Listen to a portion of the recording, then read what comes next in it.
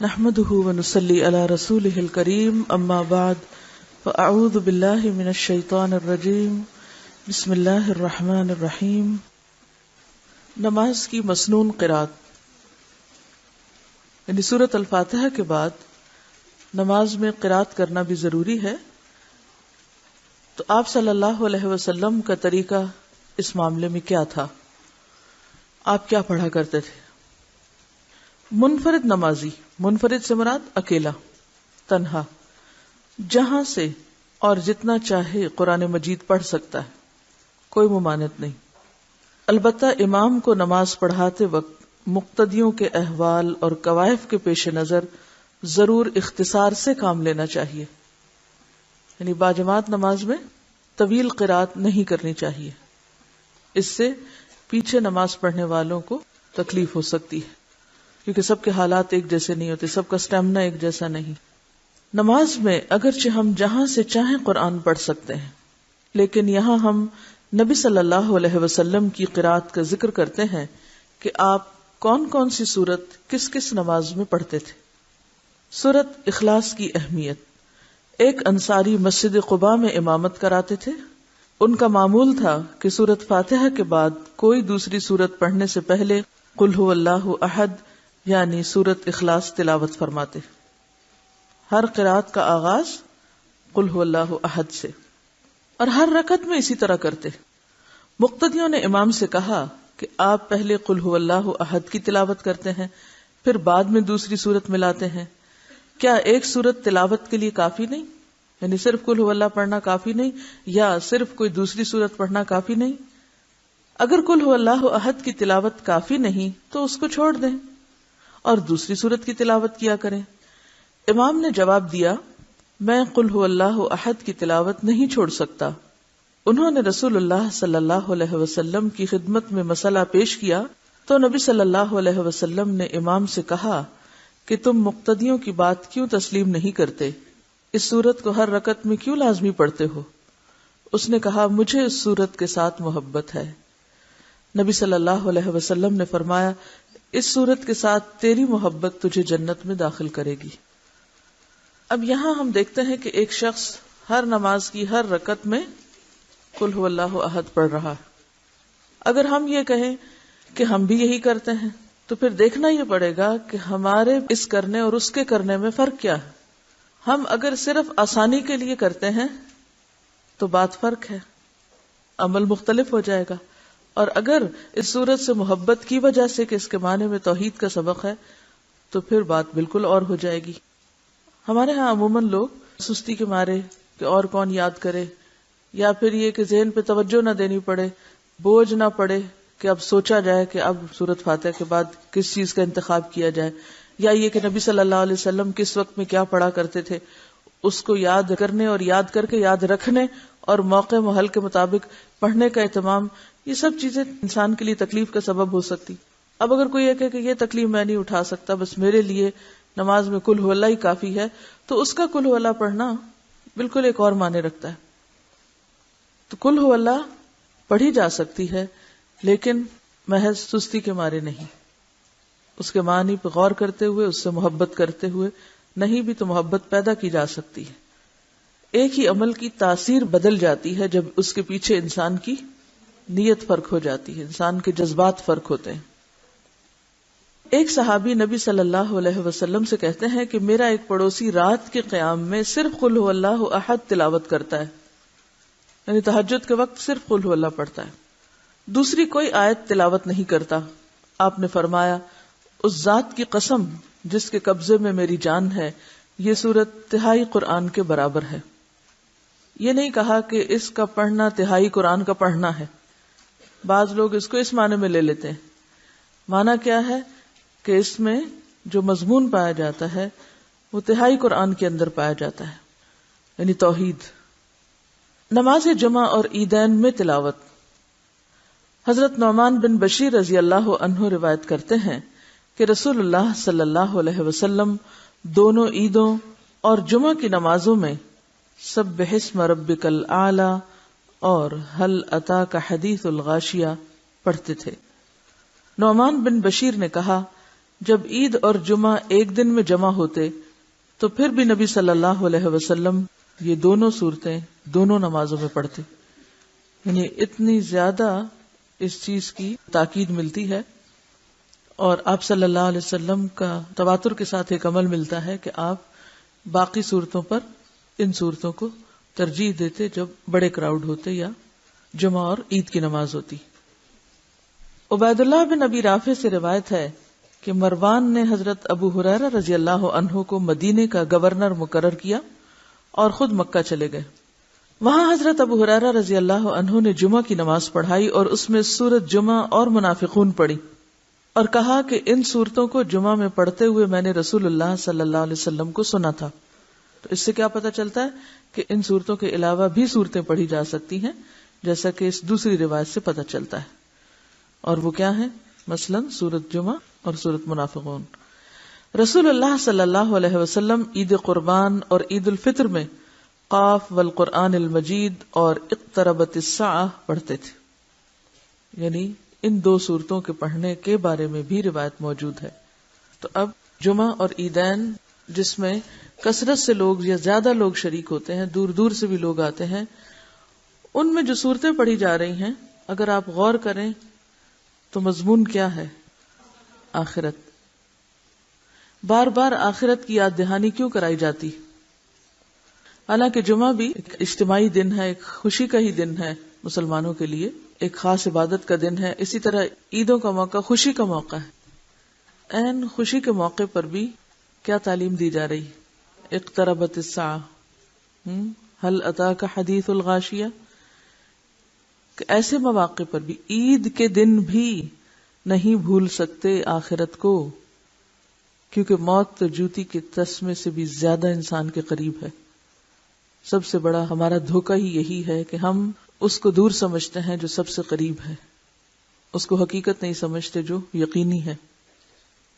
جمعہ کے دن نماز فجر میں حضرت ابو ہریرہ رضی اللہ عنہ روایت کرتے ہیں کہ رسول اللہ صلی اللہ علیہ وسلم جمعہ کے دن فجر کی نماز میں الف لام میم تنزیل یعنی سورۃ السجدہ پہلی رکعت میں اور هل اتى علی الانسان یعنی سورۃ الدہر دوسری رکعت میں پڑھتے تھے. نماز فجر میں، یعنی یہ تو جمعے کی نماز فجر ہے. عام دنوں میں حضرت جابر بن سمرہ رضی اللہ عنہ روایت کرتے ہیں کہ رسول اللہ صلی اللہ علیہ وسلم نماز فجر میں سورۃ قاف والقرآن المجید اور اس کی مانند کوئی اور سورت پڑھتے تھے. طویل قرات ہوتی تھی فجر کی نماز میں.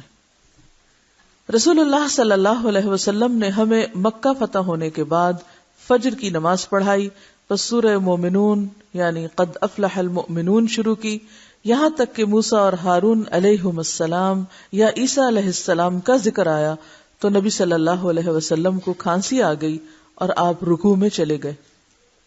یعنی مکمل سورت نہیں پڑھی، جہاں تک اللہ نے چاہا اتنی پڑھی. اس سے کیا پتہ چلتا ہے کہ یہ بھی ضروری نہیں کہ کسی رکعت میں سورت پوری ہی پڑھی جائے، اگر ایک حصہ بھی پڑھ لیا جائے تو نماز ہو جاتی.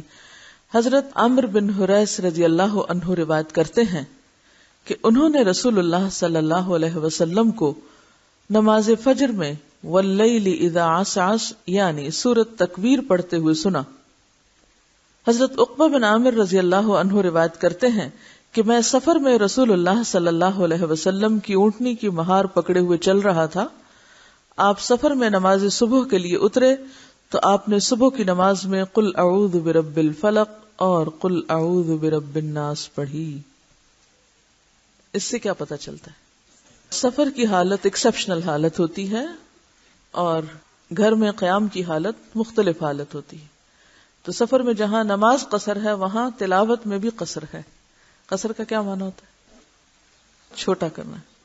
تو اس سے یہ پتہ چلتا ہے کہ اگر آپ صحیح وقت پر اٹھ کے نماز پڑھیں گے تو آپ طویل قرات کر سکتے ہیں، اور اگر آپ جلدی میں ہیں اور وقت کم ہے یا سفر میں ہیں اور طویل وقت کے لیے نہیں راستے میں رک سکتے تو مختصر صورتیں بھی پڑھ سکتے ہیں.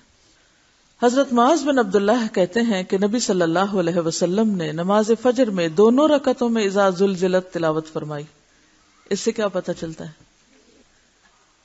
یعنی اس بات کی رخصت بھی موجود ہے کہ اگر کوئی شخص دونوں رکعتوں میں ایک ہی سورت پڑھنا چاہے تو وہ بھی پڑھ سکتا ہے۔ رسول اللہ صلی اللہ علیہ وسلم فجر کی سنت کی دونوں رکعتوں میں نہایت ہلکی قرات فرماتے، یہاں تک کہ حضرت عائشہ فرماتی ہیں مجھے شبہ گزرتا کہ شاید نبی صلی اللہ علیہ وسلم نے سورت فاتحہ بھی نہیں پڑھی، یعنی بہت چھوٹی سورت۔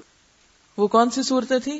آپ صلی اللہ علیہ وسلم سنتوں کی پہلی رکعت میں قل یا ایھا الکافرون اور دوسری رکعت میں قل ھو اللہ احد پڑھتے۔ اب یہاں آپ حضرت عائشہ کے اس بیان سے اس غلط فہمی میں مبتلا نہ ہو جائیں کہ آپ بس بہت تیز اور جلدی جلدی نماز پڑھتے تھے۔ اس سے مراد یہ ہے کہ آپ صلی اللہ علیہ وسلم بہت چھوٹی صورتیں پڑھتے تھے، اور آپ کو معلوم ہے کہ اس وقت حضرت عائشہ خود کہاں ہوتی تھی؟ لیٹی بھی ہوتی تھی۔ آپ جب سجدے میں جاتے تو پاؤں ہلا دیتے اور سجدہ کر لیتے، حضرت عائشہ وہیں لیٹی بھی ہوتی تھی۔ اب آپ دیکھیں کہ ایک شخص نماز پڑھا اور ایک شخص لیٹا ہوا ہو، نیم بیداری اور نیم خواب کی حالت میں، تو اس کے پاس اگر کوئی نماز پڑھ رہا ہو تو عموماً وہ کیا کہتا ہے؟ تو انہیں پڑھ بھی لی، اتنی جلدی پڑھ لی۔ آپ لوگ اکٹھے رہتے ہیں، اگر کوئی واش روم میں گیا ہوا ہے اور آپ کو اتنی دیر لیٹنے کا موقع مل جائے اور وہ باہر نکل آئے تو آپ کیا کہیں گے؟ اور اگر آپ جاگ کے دروازے کے سامنے کھڑے ہو کے انتظار کر رہے ہیں تو کیا کہیں گے؟ ٹھیک ہے۔ تو میں نے جب یہ حدیث پڑھی تو اس پہ میں نے غور کیا کہ انہوں نے ایسا کیوں کہا، کہ مجھے یوں شبہ گزرا کہ آپ نے ابھی سورۃ فاتحہ نہیں پڑھی۔ تو اس وقت چونکہ خود آپ ایک ایسی کیفیت میں ہوتی تھی کہ جس میں ان کو اور بھی زیادہ جلدی محسوس ہوتی۔ ظہر اور عصر کی نماز میں حضرت ابو قتادہ رضی اللہ عنہ سے روایت ہے کہ رسول اللہ صلی اللہ علیہ وسلم ظہر اور عصر کی پہلی 2 رکعتوں میں سورۃ فاتحہ اور کوئی ایک سورت پڑھتے، اور پچھلی 2 رکعتوں میں صرف فاتحہ پڑھتے، اور کبھی کبھار ہمیں ایک آدھ آیت بلند آواز سے پڑھ کر سنا دیتے تھے۔ یعنی پڑھتے پڑھتے جیسے سورۃ الفاتحہ پڑھ رہے ہیں تو دل میں پڑھ رہے ہیں، لیکن بیچ میں کوئی ایک آیت ذرا سی اونچی پڑھ دیتے تھے، ہمیں پتہ چلتا کہ آپ کہاں تک پہنچے۔ حضرت جابر بن سمرہ رضی اللہ عنہ روایت کرتے ہیں کہ رسول اللہ صلی اللہ علیہ وسلم ظہر میں واللیل اذا یغشی پڑھتے تھے، اور ایک اور روایت میں ہے کہ سبح اسم ربک الاعلی، اور عصر میں بھی اسی کی مانند کوئی سورت پڑھتے تھے، اور فجر میں لمبی صورتیں پڑھتے تھے۔ ٹھیک ہے۔ حضرت جابر بن سمرہ کی روایت ہے جس میں نبی صلی اللہ علیہ وسلم کا ظہر اور عصر میں والسماء ذات البروج اور والسماء والطارق پڑھنا آیا ہے۔ رسول اللہ صلی اللہ علیہ وسلم ظہر کی آخری 2 رکعتوں میں 15 آیات کے برابر قرات فرماتے تھے۔ یعنی یہ بھی آتا ہے کہ صرف سورۃ الفاتحہ پڑھتے، اور یہ بھی آتا ہے کہ 15 آیتیں بھی۔ معلوم ہوا کہ آخری 2 رکعتوں میں سورۃ فاتحہ کے بعد قرات مسنون ہے، اور کبھی آپ آخری 2 رکعتوں میں صرف فاتحہ کی قرات فرماتے۔ تو اس سے کیا پتہ چلتا ہے؟ دونوں طریقے جائز۔ جبکہ نماز عصر کی پہلی 2 رکعتوں میں ہر رکعت کے اندر 15 آیات تلاوت فرماتے، اور آخری 2 رکعتوں میں صرف فاتحہ پڑھتے، یعنی عصر کی نماز میں صرف فاتحہ ہی پڑھتے تھے آخری 2 رکعتوں میں۔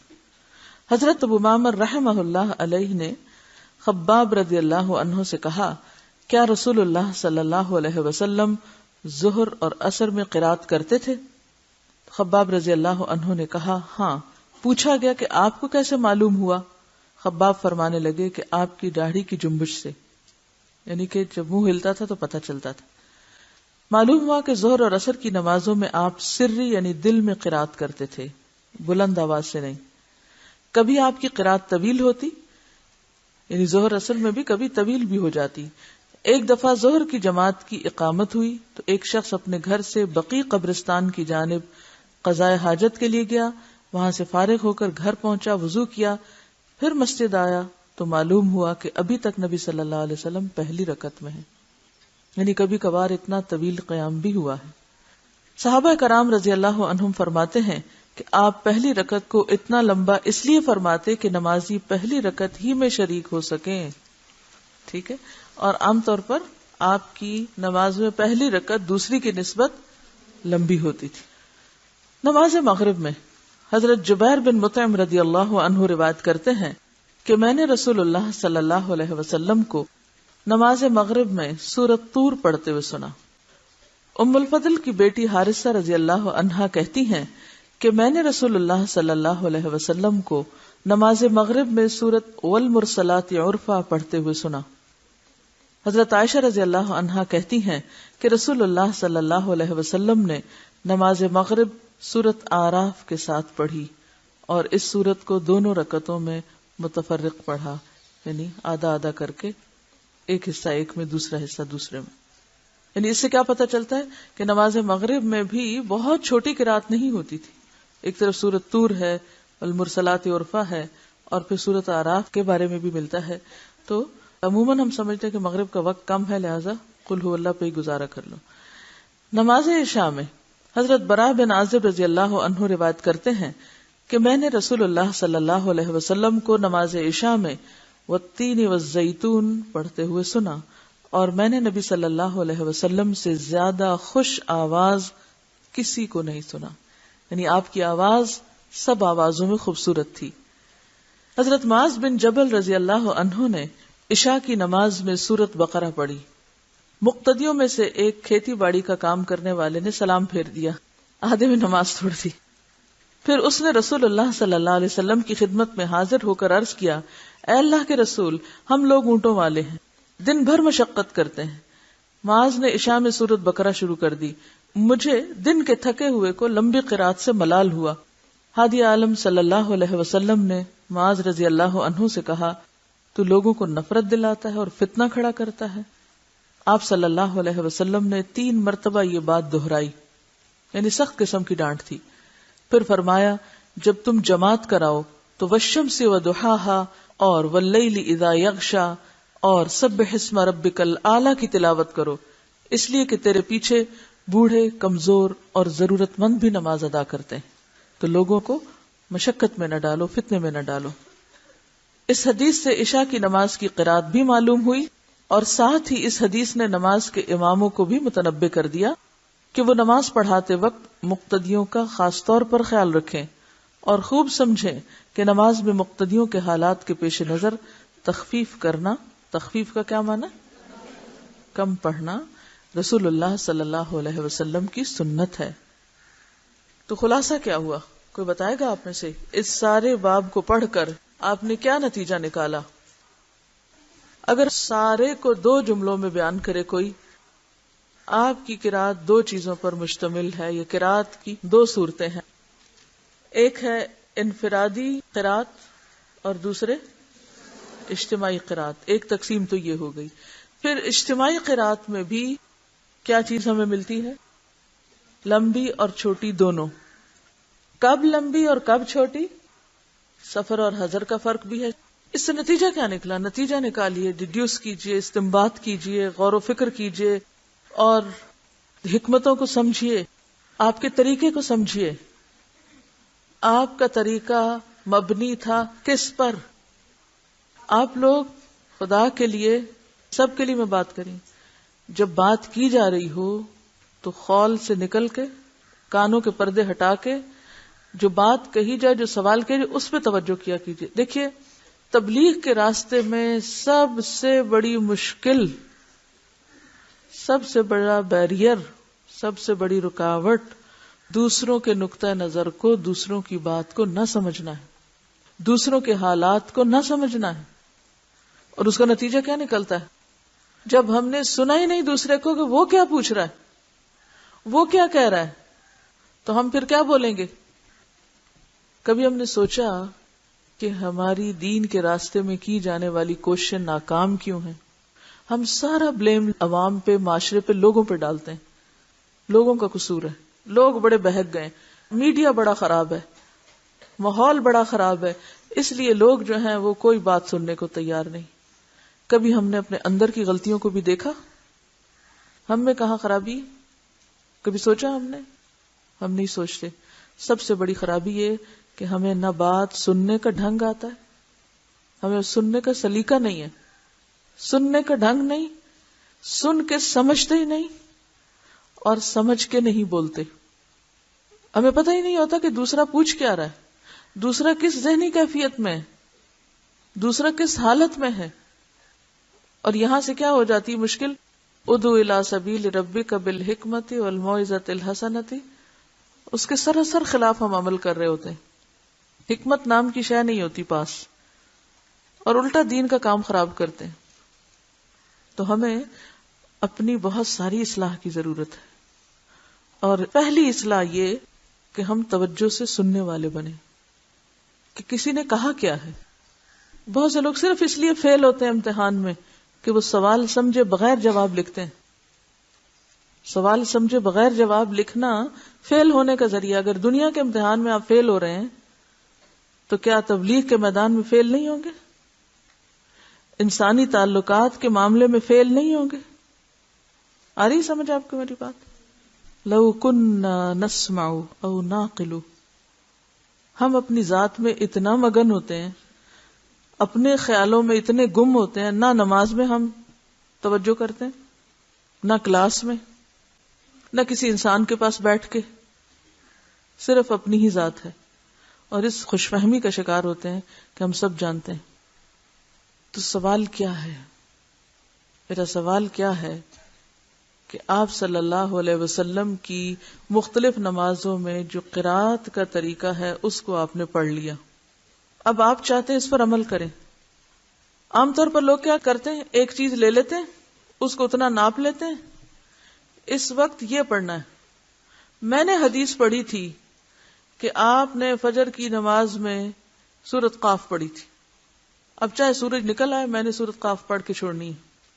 ہم اسی طرح عمل کرتے ہیں نا حدیثوں پر. مغرب میں آپ سورۃ طور پڑھتے تھے، چاہے بچہ رو رو کے بے ہوش ہو جائے، میں سنت پر عمل کر رہی ہوں اور سورۃ طور پڑھ رہی ہوں. عموماً ہم کیا حماقت کرتے ہیں کہ گروپ کے ساتھ سفر کر رہے ہیں. سفر میں انہوں نے اعلان کیا بس 15 منٹ ہیں، نماز پڑھ کر 15 منٹ میں بس پہ واپس آ جائیے. ہم آدھا گھنٹہ خشوع و خضوع میں کھڑے رہتے ہیں. کیوں؟ اس لیے کہ وہ ہم نے کلاس میں حدیث پڑھی تھی کہ سورۃ طور مغرب میں پڑھی جاتی ہے. اور یہ لوگ تو بالکل تقوی کے خلاف کام کرتے ہیں. ان کو تو پتہ ہی نہیں کہ سورۃ طور پڑھی جاتی ہے. ان کو تو خود بھی نہیں آتی ہوگی، اس لیے انہوں نے شور مچا رکھا ہے کہ ہم جلدی سے واپس آئیں، بس میں بیٹھیں. ہم اس طرح دین پہ عمل کر رہے ہیں یا نہیں؟ یہ ایک چھوٹی سی مثال ہے ناسمجھی کی. جب ہم دین کو سمجھتے نہیں اور ناسمجھی سے دین پر عمل کرتے ہیں تو اس طرح کے تاثرات چھوڑتے ہیں. اس کو پھر ریجڈیٹی کہتے ہیں، ریجڈ ہونا. جبکہ اس سے میں آپ کو یہ سکھانا چاہتی ہوں کہ اگرچہ مختلف طریقے اور مختلف چیزیں بتائی گئی ہیں، ان کو فالو بھی کرنا چاہیے، لیکن ان میں ریجڈیٹی نہیں ہونی چاہیے. کیا کرنا چاہیے؟ جب آپ کو پتہ ہی نہیں کہ کیا کرنا چاہیے، آپ سوال میں آپ سے کچھ کر رہی ہوں، جواب آپ کچھ دے رہے ہیں، تو عمل کیسے کریں گے؟ عمل بھی نہیں کر سکتے. تو اب میں آپ سے دوبارہ سوال کر رہی ہوں، اور میرا سوال یہ ہے کہ ان ساری سچویشنز میں جو آپ نے پڑھا کہ آپ نے اس وقت یہ تلاوت کی، پھر اسی وقت میں کچھ اور کی، پھر اسی وقت میں کچھ اور کی، یہ سب کچھ کیا بتاتا ہے؟ اس سے کیا اصول سامنے آتا ہے؟ حالات کی رعایت کے ساتھ اور ریجڈیٹی کے بغیر. حالات، موقع اور سچویشن کو سامنے رکھتے ہوئے عمل. کہ اگر آپ اکیلے پڑھ رہے ہیں تو حالت مختلف ہے، اگر آپ سب کے ساتھ پڑھ رہے ہیں تو حالت مختلف ہے. میں نے ایک بات کہی تھی کہ میں جب بول رہی ہوں تو پھر آپ کا طریقہ کیا ہونا چاہیے؟ سننا یا ہاتھ کھڑا کرنا؟ جب میں بول رہی ہوں اور آپ ہاتھ کھڑا کیے رکھیں تو اس کا کیا مطلب ہوتا ہے؟ کہ آپ سن رہے ہیں. یہی تو میں آج سکھا رہی ہوں آپ کو کہ اگر ہم سنتے نہیں نا پوری بات تو سمجھتے بھی نہیں. جب سمجھتے نہیں تو عمل بھی نہیں ہوتا. اگر میں پوچھوں کہ عمل سے ہم کیوں دور ہیں یا لوگ کیوں دور ہیں، تو مجھے تو اس کا جواب ایک ہی ملتا ہے: لوگوں نے دین کو سمجھا ہی نہیں. کچھ لوگوں نے تو اس لیے نہیں سمجھا کہ انہوں نے پڑھا ہی نہیں، وہ ایسی مجلسوں میں آئے ہی نہیں، وہ بھی نہیں سمجھے. اور کچھ لوگ ایسے ہیں کہ جو یہاں آ کے بھی نہیں سمجھتے. تو زیادہ بدقسمتی کس کی ہے؟ جو آ کے بھی نہ سمجھے. اور اس میں رکاوٹیں کون سی ہیں؟ خود ہماری اپنی ذات. پہلا ہی کام نہیں کرتے. اور یہ بات پہلے بھی میں بتا چکی ہوں کہ جب بولا جا رہا ہوتا ہے تو اس وقت ہاتھ نہیں کھڑا کرتے. اب آپ ہی کی باتوں کا خلاصہ کرنا بے حد ضروری ہے تاکہ ری انفورسمنٹ ہو. ایک طریقہ یہ ہے کہ میں آگے چلتی جاؤں، اور ایک یہ ہے کہ آپ کو غور و فکر سکھاؤں. ٹھیک ہے؟ تو بات یہ ہو رہی تھی کہ آپ صلی اللہ علیہ وسلم نے بیرونی اندرونی تمام تر حالات کو مد نظر رکھ کر نمازیں پڑھی اور پڑھائی ہیں. جب آپ تنہا تہجد پڑھتے تھے قرات اور طرح تھی، جب لوگوں کو پڑھائی اور طرح تھی، جب سفر میں تھے قرات مختلف تھی، پھر نمازوں کے اوقات کے اعتبار سے بھی قرات مختلف تھی، پھر کبھی بلند آواز سے پڑھائی اور کبھی سری یعنی دل ہی دل میں زیر لب بلند آواز سے، اور کبھی بغیر آواز کے بھی قرات کی. ٹھیک ہے، تو اس سے ہمیں یہ سبق ملتا ہے کہ دین کے معاملے میں ریجیڈیٹی نہیں، اور سنت پر عمل کرنے کا مطلب کچھ چیزوں کو اندھا دھن بے سوچے سمجھے پکڑنا نہیں. یہی دین کی سہولت ہے، یہی دین کی رخصت ہے کہ اس نے انسانی مزاج کو مد نظر رکھا ہے. جب ہم دین سکھاتے ہیں کسی کو، یہ لوگوں کو سنتیں بتاتے ہیں، تو ہم ان کو کس درجے میں لے جاتے ہیں؟ ایک سنت سکھاتے وقت ہم ان کو بس ریجیڈیٹی کے ساتھ ایک چیز بتا دیتے اور اس کے علاوہ دوسرا رخ یا تو بتاتے نہیں یا پھر اس کی رعایت نہیں کرتے کہ دوسرا پہلو بھی ہے. ٹھیک ہے نا؟ اس کی ایک اور مثال آپ یوں سمجھیے، اس بات کو زیادہ آسانی ہو جائے گی. ہمارے ہاں بچوں کو جو اسلامیات کی نماز کی کتابیں پڑھائی جاتی ہیں، اس میں ظہر کی رکعتیں خانوں میں لکھ کے ڈال کے ٹوٹل ان کا کیا ہوا ہے، عشاء کی رکعتیں 17. ان کو نہیں پتا فرض کا درجہ کیا ہے، سنت کا کیا ہے، نفل کا کیا ہے، وتر کا کیا ہے، کیا پڑھنا لازم ہے اور کیا چھوڑا جا سکتا ہے.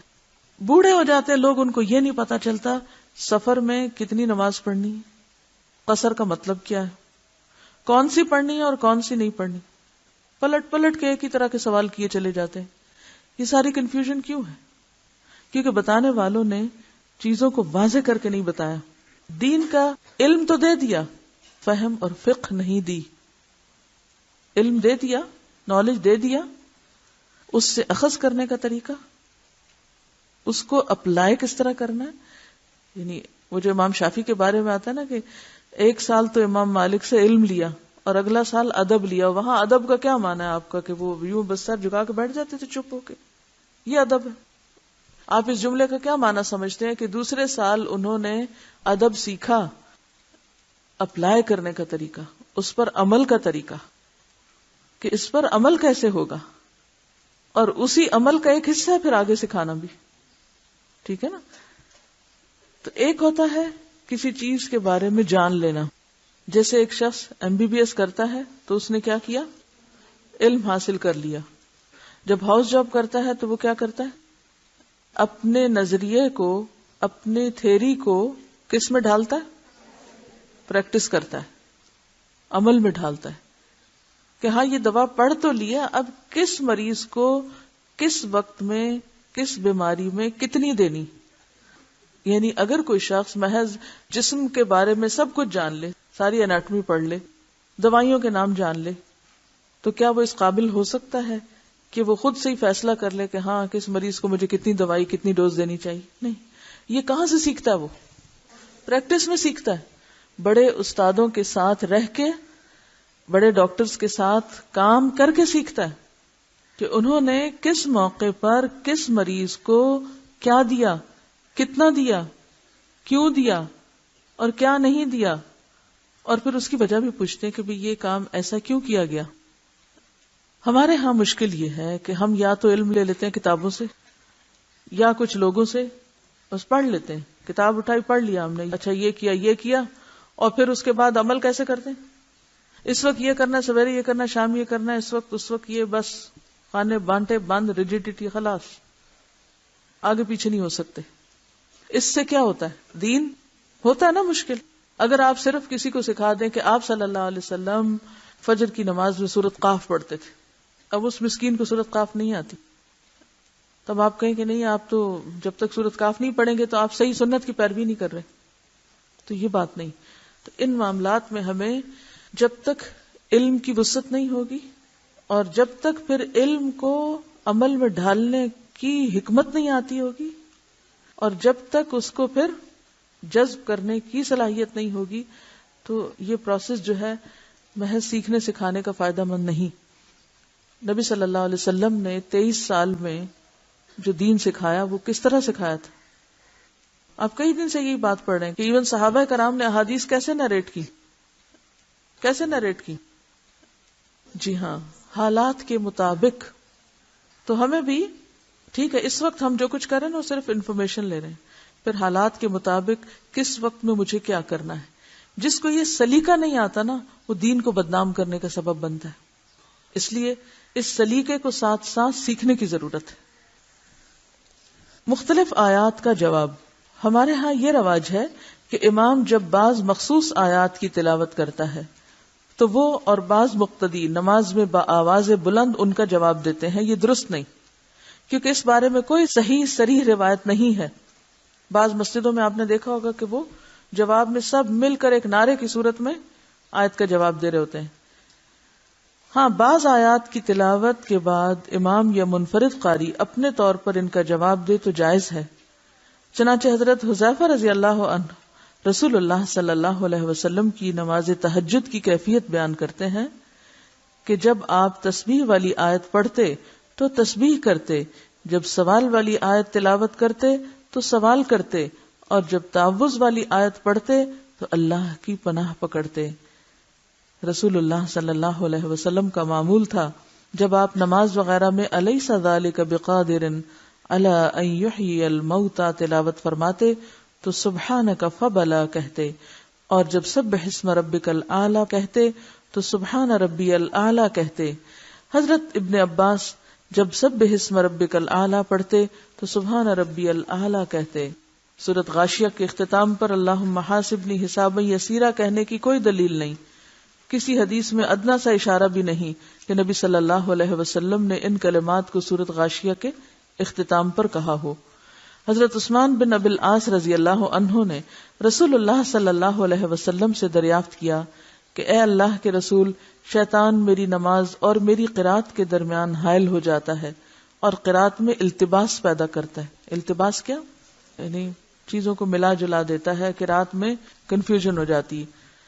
آپ نے فرمایا اس شیطان کا نام خنزب ہے. جب تجھے اس کا خیال آئے تو اعوذ باللہ کے پورے کلمات پڑھو اور بائیں جانب 3 دفعہ تھتکار دو، یعنی ایسے تھو تھو تھو کر دو.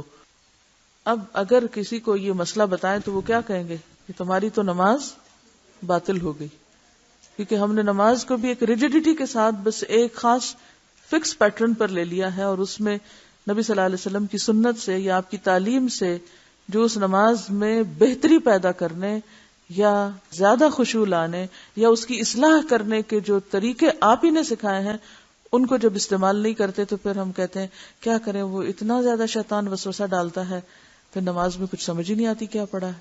اس کا علاج بتایا ہوا ہے، لیکن کسی کو اجازت نہیں ہے علاج کسی کو آگے بتائے یا کوئی اس پر عمل کرے. ہمارے ذہنوں میں کیا بیٹھا ہوا ہے، اگر ہم نے کوئی ایک ایکسٹرا دعا پڑھ لی نماز میں تو نماز نہیں ہوگی، اگر ہم نے کہیں کسی قرات کا جواب دے دیا تو نماز نہیں ہوگی، اگر ہم نے نماز میں مثلا چھوڑ کے ایک چیز اعوذ باللہ من الشیطان الرجیم عین بیچ میں پڑھ لیا تو نماز شاید باطل ہو جائے.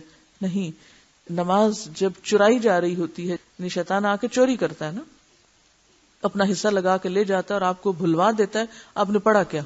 تو جو نماز آپ نے ایک نیم بے ہوشی کی حالت میں پڑھی، کیا ہوتی ہے نیم بے ہوشی کی حالت نماز کی، یا مدہوشی کی حالت کیا ہوتی؟ یہ ہوش ہی نہ ہونا کہ ہم کون سی رکعت پہ، کبھی اگلی رکعت پہ پہنچ کے یہ سوچا کریں کہ اچھا پچھلی رکعت میں کیا پڑھا تھا، تو کبھی آپ کو یہ بھی یاد نہیں ہوگا. تو یہ شیطان کے ڈاکے ہوتے ہیں، وہ آ کے کیا کرتا ہے، ایسے خیال میں الجھاتا ہے کہ آپ کو یاد ہی نہیں رہتا آپ نے پڑھا کیا، تو لے گیا نا سارا کچھ بیچ میں سے. اب اس کا علاج کوئی ہونا چاہیے کہ چور ڈاکو آئے تو آپ کہ نہیں میں نماز پڑھ رہی ہوں، بھی اسی نماز کے اندر اس کا علاج موجود ہے، لیکن ہم عموماً ان چیزوں کو خاطر میں نہیں لاتے. حضرت عثمان بن ابی العاص رضی اللہ عنہ بیان کرتے ہیں کہ میں نے ایسے ہی کیا، چنانچہ اللہ نے اسے یعنی شیطان کو مجھ سے دور کر دیا. دوران نماز کوئی سوچ آنے پہ نماز باطل نہیں ہوتی. حضرت عقبہ بن حارث فرماتے ہیں کہ میں نے رسول اللہ صلی اللہ علیہ وسلم کے ساتھ نماز عصر پڑھی. نماز کے بعد آپ فوراً کھڑے ہو گئے اور ازواج مطہرات کے پاس تشریف لے گئے، پھر واپس تشریف لائے. صحابہ کے چہروں پر تعجب کے آثار دیکھ کر فرمایا مجھے نماز کے دوران یاد آیا کہ ہمارے گھر میں سونا رکھا ہوا ہے اور مجھے ایک دن یا رات کے لیے بھی اپنے گھر میں سونا رکھنا پسند نہیں، لہذا میں نے اسے تقسیم کرنے کا حکم دیا۔ اس سے کیا پتا چلتا ہے کہ خیال آ سکتا ہے، لیکن اس خیال کی وجہ سے یہ بھول جانا کہ ہم پڑھ کیا رہے ہیں یہ درست نہیں۔ اور آخری چیز ہے نماز میں رونا۔ حضرت عبداللہ بن شخیر رضی اللہ عنہ فرماتے ہیں کہ میں نے رسول اکرم صلی اللہ علیہ وسلم کو نماز پڑھتے دیکھا، نماز میں رونے کی وجہ سے آپ کے سینے سے چکی کے چلنے کی سی آواز آ رہی۔ تو اس سے اگر آپ ایک جملے میں یہ کہیں کہ نماز ایک بالکل فطری طریقے پر اللہ کی عبادت کرنا ہے تو یہ غلط نہ ہوگا، ہم نے اس کو بھی ان نیچرل کر لیا ہے۔ سوال ہے نماز میں قرات کے بارے میں پڑھا، 2 چیزوں کی وضاحت کر دیجئے۔ 3 آیات سے کم کی قرات ایک رکعت میں کر سکتے ہیں؟ کیونکہ نفل میں تو دلیل ملتی ہے۔ کون سی دلیل ہے؟ ان کا کہنا یہ ہے کہ نبی صلی اللہ علیہ وسلم نے ایک مرتبہ تہجد کی نماز پڑھی اور اس میں ایک آیت ہی ساری نماز میں دہراتے رہے، تو اس میں اصل بات نفل اور فرض کی نہیں، اصل بات یہ ہے کہ اگر ایک طویل آیت ہے جیسے آیت الکرسی ہے یا پھر آیت دین ہے تو ایک آیت بھی کافی، چھوٹی آیتیں تو 3 پڑھ لیجئے، لیکن کسی صحیح حدیث سے کوئی آیتوں کا نمبر ہمیں نہیں پتہ چلتا۔ یہ علماء کرام نے اپنے طور پر ان لوگوں کو سکھانے کے لیے جو بہت زیادہ اس قسم کے سوال کرتے ہیں اس طرح کی کچھ چیزیں بیان کی ہیں۔ وآخر دعوانا ان الحمد للہ رب العالمین، سبحانک اللہم وبحمدک، نشہد ان لا الہ الا انت، نستغفرک ونتوب الیک۔